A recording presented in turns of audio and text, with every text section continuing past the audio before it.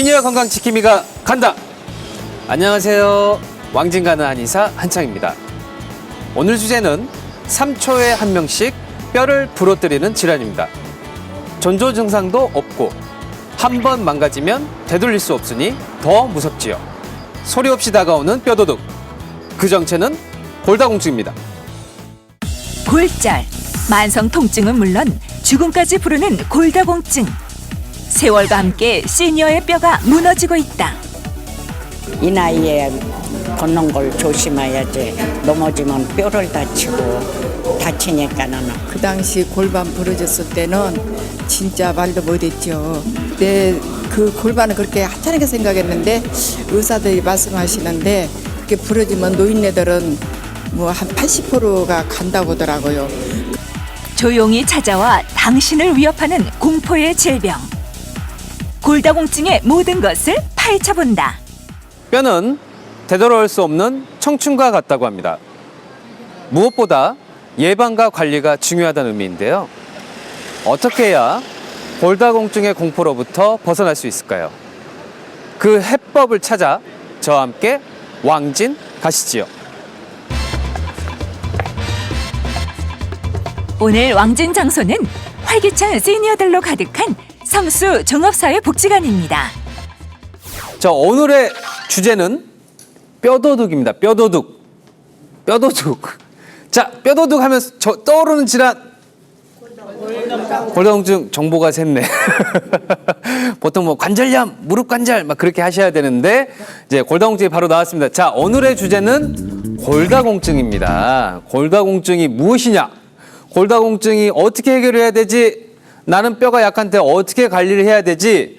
오늘 그런 주제를 가지고 아버님하고 어머님들 모시고 같이 얘기도 해보고 강의도 들어보고 그렇게 하실 건데요. 그래서 오늘 이 골다공증에 대해서 아버님, 어머님들과 같이 얘기도 하고 전문적인 강의도 해주실 전문의 선생님 한 분 모셨습니다. 가정의학과 김태경 원장님 모시겠습니다. 안녕하세요. 저는 의정부 추병원에서 가정의학과 전문의로 일하고 있는 김태경이라고 합니다. 반갑습니다. 김태경 원장이 들려주는 골다공증 특강. 지금 바로 시작합니다. 오늘은 골다공증에 대해서 한번 같이 알아보기로 했는데요. 골다공증이 어떤 병인지 아까 보시니까 대부분 많은 분들이 알고 계신 것 같습니다. 하지만 조금 더 전문적으로 말씀을 드리자면은 우선은 우리 몸에 있는 뼈는 조골세포라는 우리 몸의 뼈가 만들어지는데 도움을 주는 세포가 있고요. 파골세포라는 애가 있는데 얘는 우리 몸에서 오래되고 안 좋은 뼈들을 흡수해가지고 없애주는 역할을 하는 세포가 있습니다. 요 조골세포라는 아이하고 파골세포라는 아이, 요 두 아이가 같이 조화를 잘 이루면은 우리 몸이 튼튼하게, 뼈가 튼튼하게 잘 유지가 되겠는데 이게 어떤 원인들로 인해 가지고 만약에 균형이 깨진다. 그래가지고 파골세포가 더 많은 일을 해서 빠져나가는 뼈는 많은데 그만큼 많이 만들어주지 못한다. 요런 상태가 계속 반복이 되시다 보면은 꾸준히 계속 이런 상태가 반복이 되시면은 몸 안에서 점점 무기질과 칼슘 이런 거를 빼가게 돼요. 그러면은 몸 안에 작은 구멍들이 생기게 되고요. 그 구멍들이 점점 커지면서 골다공증이 되신다고 생각을 하시면 됩니다. 여기 사진을 보시면은 정상적인 뼈에 비해서 골다공증 뼈를 보시면 아무래도 구멍도 더 많고 가운데가 텅 비어 있는 걸 확인하실 수 있겠죠. 그냥 딱 보더라도 그냥 작은 충격에도 쉽게 깨질 수 있는 모양으로 생겼습니다. 이런 상태가 되니까 쉽게 넘어지거나 어떻게 좀 심하신 분들은 그냥 감기가 심하게 걸려서 기침만 하신다고 해도 골절이 이루어질 수 있는 상태가 되실 수가 있는 겁니다. 그러면은 다음 골다공증이 왜 생기는지 그 원인에 대해서 아시면 조금 더 도움이 되실 것 같아서 제가 설명을 드리겠는데요. 제일 먼저 우리가 심각하게 생각할 수 있는 것은 바로 여성의 폐경입니다. 여성의 폐경이 가장 큰 원인이 되겠는데요. 그 이유는 뭐냐? 여성들이 폐경이 되기 전까지는 몸 안에서 에스트로겐이라는 여성 호르몬이 나와요. 그 여성 호르몬은 아까 처음에 말씀드렸던 파골세포 있잖아요. 뼈를 계속 흡수해서 없애버린다는 그 세포, 얘를 방해하는 역할을 합니다. 그러니까 에스트로겐이 많이 나올수록 파골세포는 일을 제대로 못하니까 뼈를 못 빼가요. 그러니까 뼈는 탄탄한 상태로 유지가 될 수가 있는 겁니다. 그런데 폐경이 되고 나면 아무래도 에스트로겐이라는 여성 호르몬이 적게 나오게 되겠죠. 그럼 적게 나오니까 아무래도 파골세포는 자기를 방해하는 애가 없으니까 신나서 일을 열심히 하게 됩니다. 너무 활성이 돼서 뼈를 많이 빼가는 거죠. 그러니까 그만큼 만들어주지 못한다면은 골다공증 상태가 되실 수가 있는 겁니다. 그렇다면은 남자 같은 경우는 어떠냐? 남자는 폐경이랑 상관이 없지 않느냐 하고 생각을 하실 수가 있는데, 남성 같은 경우도 여성들보다는 그 빈도가 3분의 1에 불과하지만 많은 환자들이 골다공증에 걸리는 걸로 알려져 있고요. 오히려 남성들 같은 경우는 골다공증으로 인해서 만약에 골절이 생긴다. 그러면 합병증이 더 많이 생길 수가 있고 더 크게 다치시기 때문에 사망률은 2배 이상이 나온다고 알려져 있습니다. 그래서 남성들도 조심해야겠는데, 그럼 남성들이 골다공증이 생기게 되는 가장 많은 원인이 뭐냐? 바로 술하고 담배입니다. 술하고 담배는 몸 안에 들어오면은 아까 처음에 뼈를 만드는 데 도와주는 세포가 있다고 했죠. 그 조골세포를 방해하는 역할을 합니다. 애가 술하고 담배가 들어와서 그 조골세포를 계속 괴롭히니까 뼈를 열심히 만들어야 되는 조골세포가 뼈를 만들지 못하고 알맞은 양을 만들어내지 못합니다. 근데 파골세포는 계속 일을 하고 있지 않습니까? 그러니까 균형이 안 맞게 되는 거죠. 그래서 골다공증이 생기기 쉽습니다. 그리고 음주를 많이 하시게 되면 간에 손상을 입게 되겠죠. 간에 손상을 입으면 무슨 일이 벌어지냐? 우리가 피부에서 햇빛을 많이 쬐면은 여러 가지 성분들을 만들어냅니다. 피부에서도. 그 성분들이 간으로 가면은 비타민 D라는 비타민을 합성을 하게 되는데, 이 비타민 D가 하는 일이 바로 몸 안에 들어온 칼슘, 얘를 몸 안으로 흡수해서 뼈를 만드는 데 도움을 주는 그런 중간다리적인 역할을 하신다고 생각을 하시면 되는데, 간이 손상을 입었으니까 당연히 아무리 햇빛을 많이 쬐가지고 피부에서 그 성분을 받아들인다고 해도 비타민 D 합성은 떨어지겠죠. 그러면 비타민 D 합성이 떨어졌으니까 당연히 칼슘 흡수는 줄어들게 되고, 줄어들게 되니까 뼈를 덜 만들게 되고, 그러니까 점점 더 약하게 되는 상태가 되실 수 있다고 생각을 하시면 됩니다. 그 다음으로 중요한 것은 칼슘 섭취입니다. 아무래도 뼈에 들어있는 대부분의 성분들은 칼슘이지 않습니까? 그러니까 칼슘이 많이 들어와야지 뼈를 더 많이 만들 수가 있는데, 50세 미만 같은 경우에는 우리가 하루 종일 필요한 일일 섭취 권장량이 1000mg에 해당한다 그러고요, 칼슘이. 그리고 50세 이상인 경우는 1200mg 정도가 필요하다고 합니다. 근데 우리나라 정상 성인들을 평균을 내보면은 500mg이 채 안 되게 섭취를 하고 있대요. 그러면은 우리가 필요한 것보다 절반 정도밖에 섭취를 못하고 있는 상태지 않습니까? 그러니까 당연히 뼈를 만들 재료가 부족하니까 골다공증에 걸리기가 쉬우신 겁니다. 그 다음 마지막 네 번째는 나트륨입니다. 나트륨 같은 경우는 짠 음식들, 우리나라 사람들 김치, 장아찌 이런 거 많이, 찌개도 많이 먹고 짠 음식들 많이 먹지 않습니까? 그러면은 몸 안으로 나트륨 성분이 많이 들어옵니다. 물론 몸 안으로 들어온 나트륨 성분이 좋은 일에 많이 쓰이긴 하지만 과도하게 들어온 애들은 다시 배출을 해가지고 없어져야 됩니다. 근데 얘네들이 나갈 때 자기 혼자 나가면 좋은데 칼슘을 끌고 나가는 경우가 대부분이에요. 그래가지고 칼슘을 많이 먹었어도 음식을 짜게 먹으면은 먹은 만큼이 다 뼈를 만드는 데 쓰이는 게 아니고 소변이나 이런 거 나트륨을 빼내는데 같이 빠져나가 버리니까 골다공증이 걸리기가 쉬운 상태라고 생각을 하시면 됩니다. 자, 방금 전에 그 김태경 원장님의 강의를 들으셨지요. 어떻게 골다공증이 왜 생기는지, 왜 문제인지, 어떻게 관리를 해야 되는지 들으셨어요. 그런데도 불구하고 이런 게 있습니다. 옆 동네에 누구 사는 미자가 이걸 먹으니까 골다공증이 좋아졌대. 뼈가 튼튼해졌대. 뼈가 부러졌는데 이렇게 하니까 나아졌대. 물론 그중에는 맞는 방법이 있고, 문제는 이런 것들을 아무 여과 없이 그냥 본인한테 바로 적용을 시키시는 분들이 있어요. 이걸 먹으니까 좋아졌대. 저걸 먹으니까 막아줬대. 그래서 아버님, 어머님들하고 이런 우리 일상적인 오해들 있잖아요. 일상적인 질문들. 골다공증 약은 이렇게 먹으면 좋다던데 이게 맞는 말이냐 아니냐. 그런 것들을 질문해보는 시간을 가질게요. 왕진의사에게 물어봐! 골다공증, 이것이 궁금하다. 오늘은 어떤 질문이 기다리고 있을까요? 졸기도가 좀 심한 편이라고 하더라고요. 네. 그래서 그때 처음에 알았습니다. 네. 그래서 제가 걸으면은 10분 이상 걸으면 이렇게 그 약이 물에다 넣고 먹는 약이더라고요. 네. 일주일에 한 번씩. 근데 그걸 먹고 나서 그런지 지금은 30분을 걸어도 괜찮은 것 같아요. 네. 많이 좋아졌네. 그런데 개별적으로 따라서 체질이 다 다른데 네. 꼭 철분 있는 것을 다 먹어야 되는지 네. 그게 궁금했습니다. 하나, 둘, 셋. 네, 세 번째 설명 주시죠. 네, 그 아까도 말씀드렸듯이 우리 정상의 한국인 평균 하루 일일 섭취량이 500mg이 채 안 되기 때문에 칼슘 함유량이 높은 음식들을 많이 챙겨 드시면 아무래도 많이 도움이 되겠죠. 근데 뭐 이 챙겨 드시는 거를 약으로 챙겨 드시면 좋겠지만 약이 아니더라도 뭐 좀 전에 말씀하신 그런 음식들이라든지 아니면은 뱅어포 뭐 고추잎, 그 톳 이런 것들이 칼슘이 높거든요. 이런 거를 꾸준히 잘 챙겨 드셔가지고 칼슘이 많이 흡수가 되고 그로 인해서 뼈가 많이 만들어져서 튼튼해질 수가 있으면은 좀 더 좋겠죠. 그래서 잘 챙겨 드시면 좋을 것 같습니다.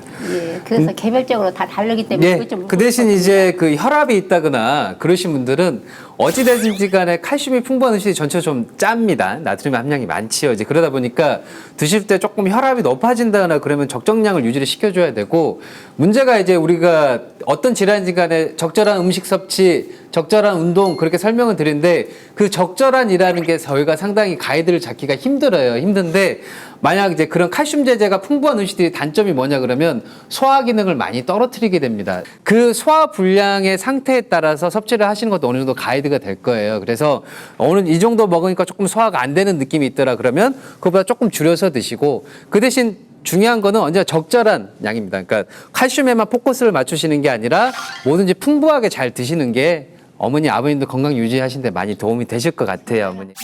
안녕하세요, 어머니. 안녕하세요. 네, 저희 어머니 어떤 게 궁금하셔서 나오셨습니까? 저는요 골다공증이 있다 해가지고 약을 2년을 먹었는데 사진을 찍으니까 똑같이 나왔다 그래요. 그래서 앞으로 더 먹어야 되나 말아야 되나 이제 궁금해서요. 네, 더 드셔 알겠습니다. 예. 자, 하나, 둘, 셋. 그럼 더 먹어야 되네요. 그 골다공증 약을 꾸준히 드셨는데도 계속 똑같은 상태가 똑같이 유지된다라고 예. 말씀을 하셨는데 예. 만약에 안 드셨다면은 더 떨어졌을 거라고 생각이 됩니다. 아 그러면 계속 먹어야 됩니까? 예, 계속 드시고 예. 칼슘이랑 비타민 D도 충분히 섭취를 하셔가지고 예. 계속 그 지금 상태를 유지하시든가 더 좋아지시든가 예. 이렇게 이끌어 나가셔야 되는 거지 중간에 내가 약을 먹어도 굳이 좋아지지 않았는데 계속 먹어야 되냐 생각해서 약을 끊으시면은 더 나빠지는 상태로 그 흘러가실 수가 있는 거겠죠. 그러니까 꾸준히 지금 드시는 게 예. 지금까지 지금 그 수치라도 유지가 되고 있으신 거니까 계속 치료를 받는 게 더 좋으십니다.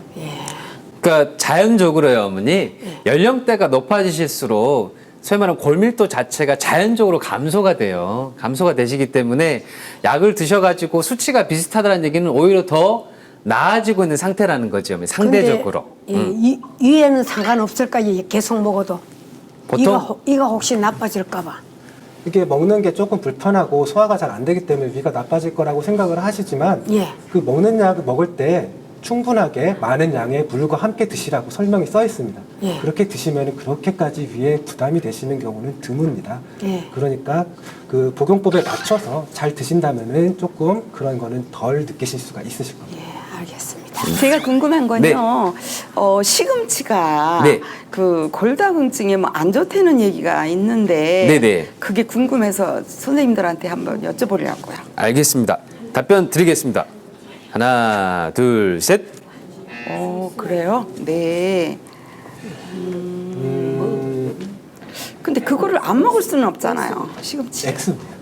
네, 그러니까 좋다라는 얘기입니다. 네, 예. 그렇게 큰 상관이 없으시다고 아, 말씀드리는 네, 건데 네, 상관없다고. 시금치에는 수산이라는 성분이 많이 포함이 돼 있습니다. 그래가지고 그 수산은 칼슘하고 만나면은 칼슘 수산이라는 걸 만들어서 물에 잘 녹지 않는 상태가 되거든요.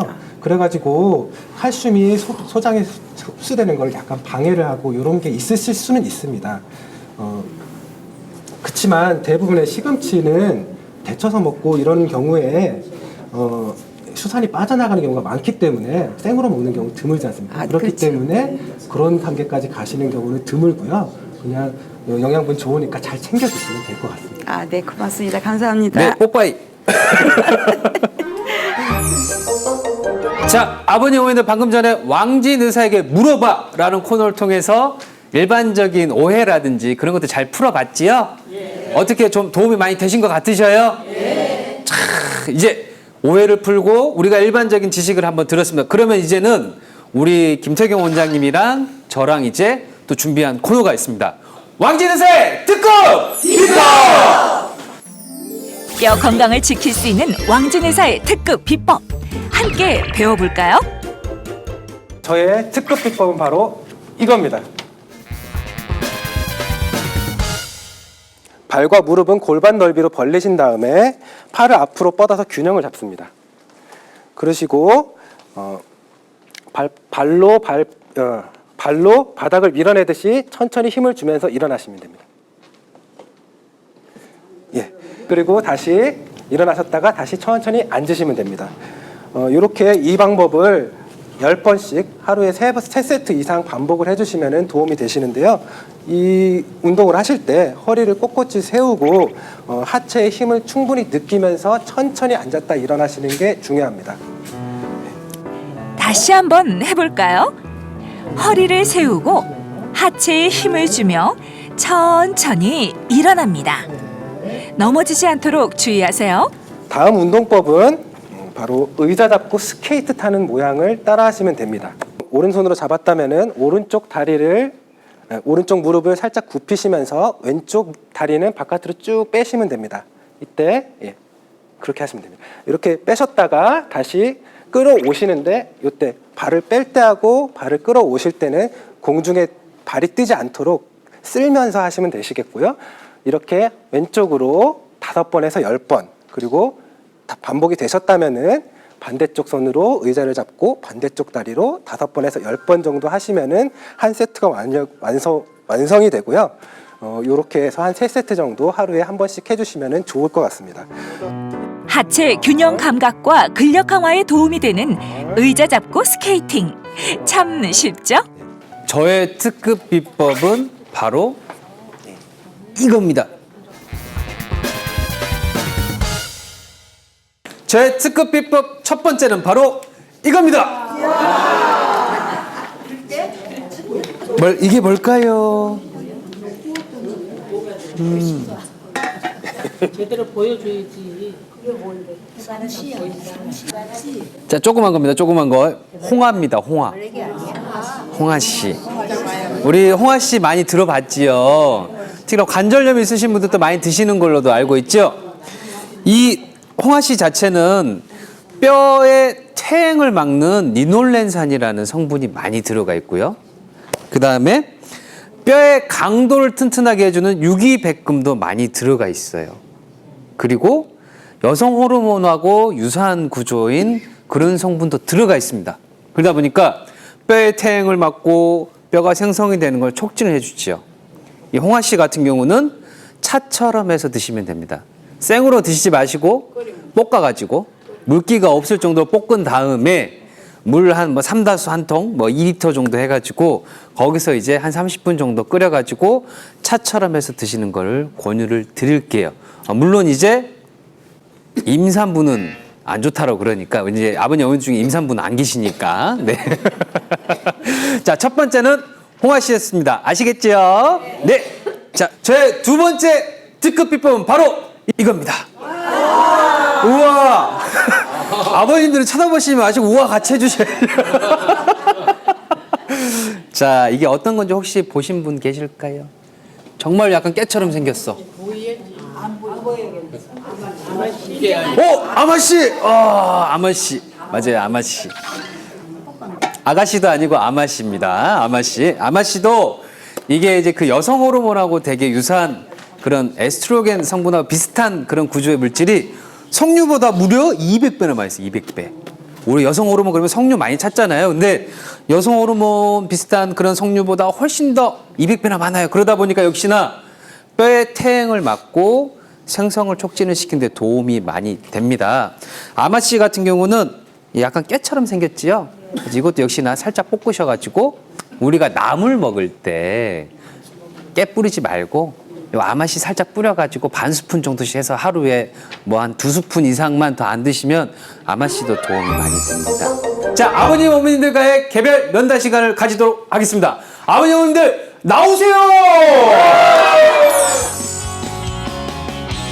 왕진만이 할 수 있는 특별한 선물이죠.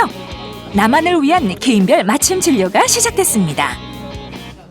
꼼꼼한 문진에 이어 자세한 설문조사까지 시니어들의 뼈 상태를 자세히 들여다봤는데요. 과연 성동구 어르신들은 골다공증으로부터 자유로울 수 있을까요? 충격적인 결과가 지금 바로 공개됩니다.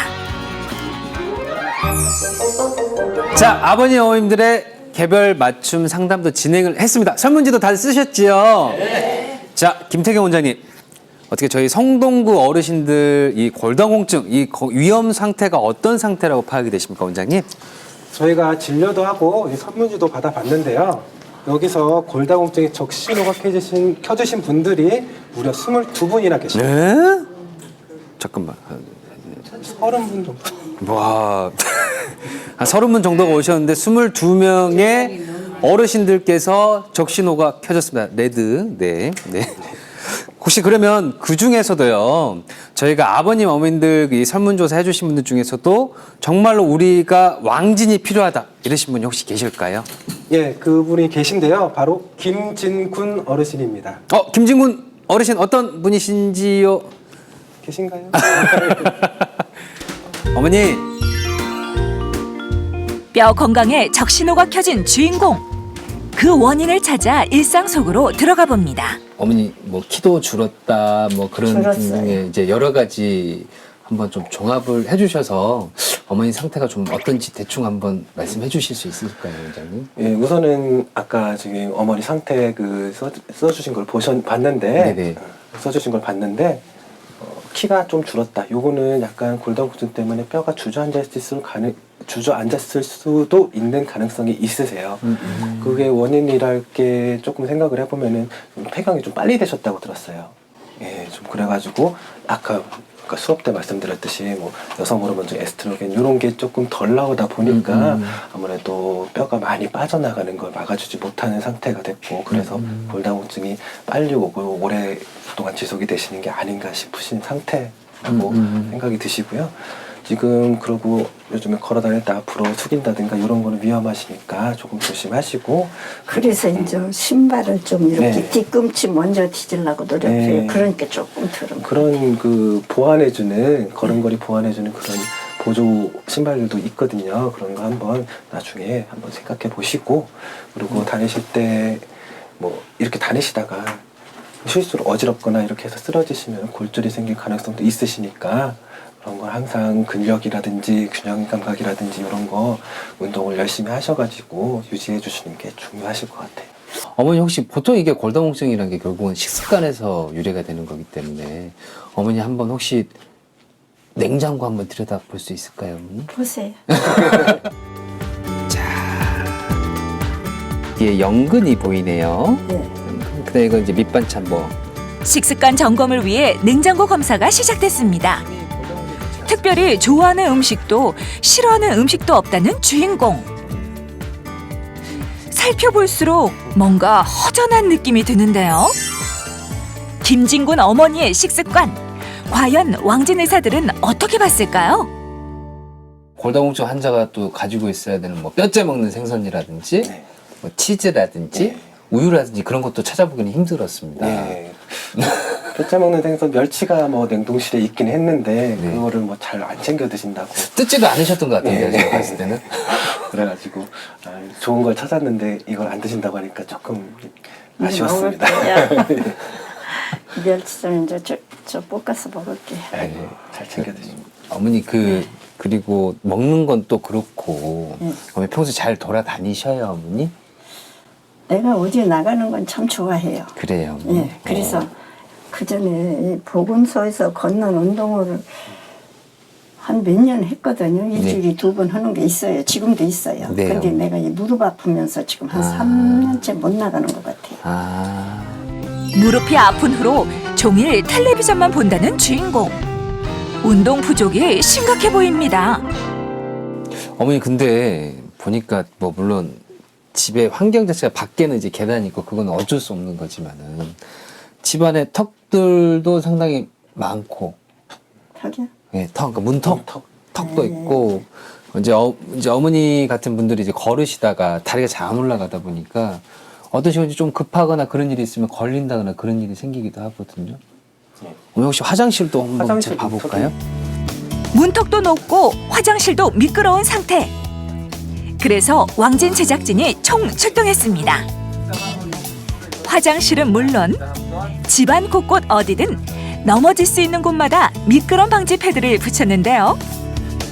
이 정도면 주인공이 집안에서 넘어지는 일은 없겠죠?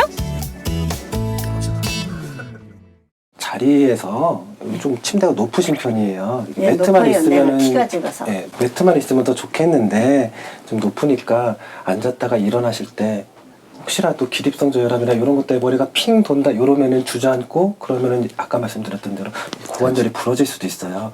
그러니까 일어날 때 한 번에 일어나려고 생각을 하지 마시고 누웠다가 앉았다가 앉아서 충분한 시간이 지나고 났다가 일어났다가 어쨌든 일어나실 때 천천히 일어나셔야 되고 조금 뭐 혹시 모르니까 저런 턱 있잖아요. 손으로 잡고 일어나시는 거를 생활화하시는 게 중요하시고요. 저런 화장실 턱 같은 게 너무 높은데 저기 넘어갈 때는 한 번 더 신중하게 미끄러지지 말아야지 걸리지 말아야지 좀 더 신경을 써주시는 게 더 좋을 것 같아요. 네. 어머니 어떻게 오늘 이렇게 원장님하고 저하고 와가지고 어머니 뭐 드시는지 생활 습관 어떤지 물어보고 그러니까 어때요, 어머니? 아이, 나를 위해서 말씀해 주시니까 고맙죠. 잔소리가 들리진 않지요? 아니요. 다 나를 위해서 얘기해 주시는 건데 그래요? 잔소리라고 생각 안 하고요. 네. 좋은 얘기라고 생각할게요. 그치, 어머니. 오늘 어떻게 들으신 거 다 기억하시겠어요, 어머니? 기억은 금방 잊어버려요. 그래요, 어머니. 금방 아까 잊어버려서. 맨 처음 드시는 거, 예. 드시는 거 뭐 달걀도 잘 드시고 뼈째 먹는 생선도 좀 챙겨서 드시고 여유가 되면 우유 드시는 것도 도움이 많이 되지요, 원장님. 우유 드시는 것도 칼슘이 흡수가 잘 되기 때문에 네 도움이 됩니다. 도움 되시고 그 다음에 습관적으로 원장님께서 아까 햇볕 많이 보시라고. 그러니까 뭐 운동을 꼭 하기 이제 무릎 때문에 힘드시다 그러면 햇볕을 많이 쬐서 피부 일이나 이런데 살짝 노출을 해주시라 2, 30분 정도 그런 말씀 해주셨고. 그 다음에 생활적으로 집안에서 혹시라도 넘어지시면 골절이 일어나기 쉬운 상태이시기 때문에 짚고 일어난다거나 좀 어지럽다나 그럴 때는 쉬었다 움직여 주시라는 거. 그 다음에 또 뭐 있었죠? 병원 가시라는 거. 많다, 되게. 자, 어머니, 골다공증이요. 안녕!